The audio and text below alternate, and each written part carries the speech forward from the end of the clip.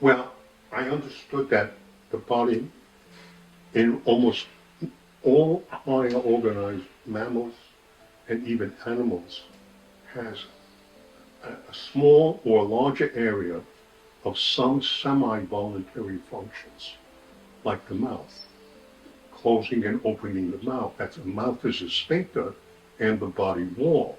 Mm-hmm. And then, I said, wow, so even animals that know how to close their mouth voluntarily,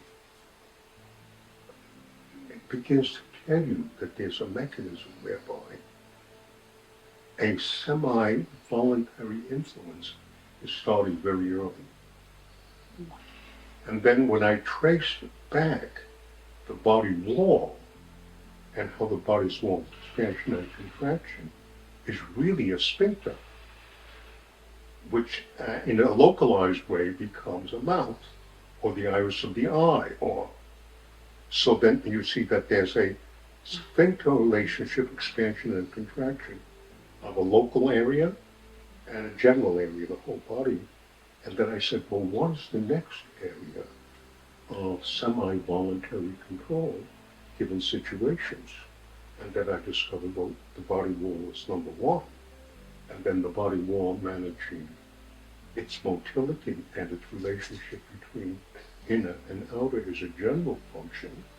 And then as it began to develop motoric tools, like little flagellae and little hairs that move them along, and how these little flagellae were precursors of fins, and fins are precursor of limbs, and limbs are precursors of hands.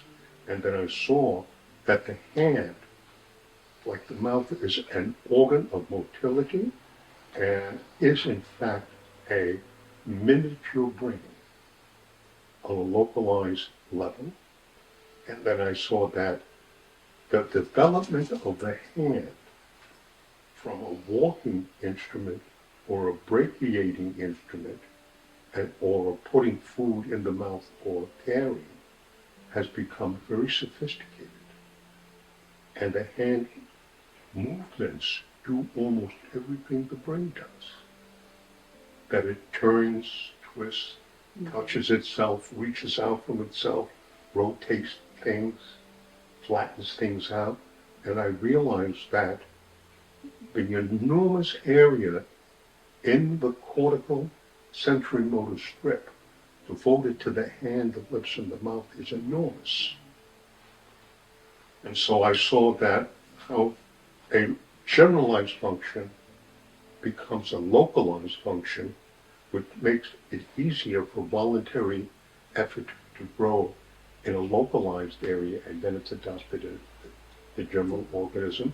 And then, of course, the use of the hands in applying pressure to the body, and the body's response to the hands touching yourself as a way of generating an influence on yourself and the process of awareness with yourself, which then begins to lay down neural emotional tracks of voluntary effort, of managing how you experience yourself and change your shape in action. That's the history.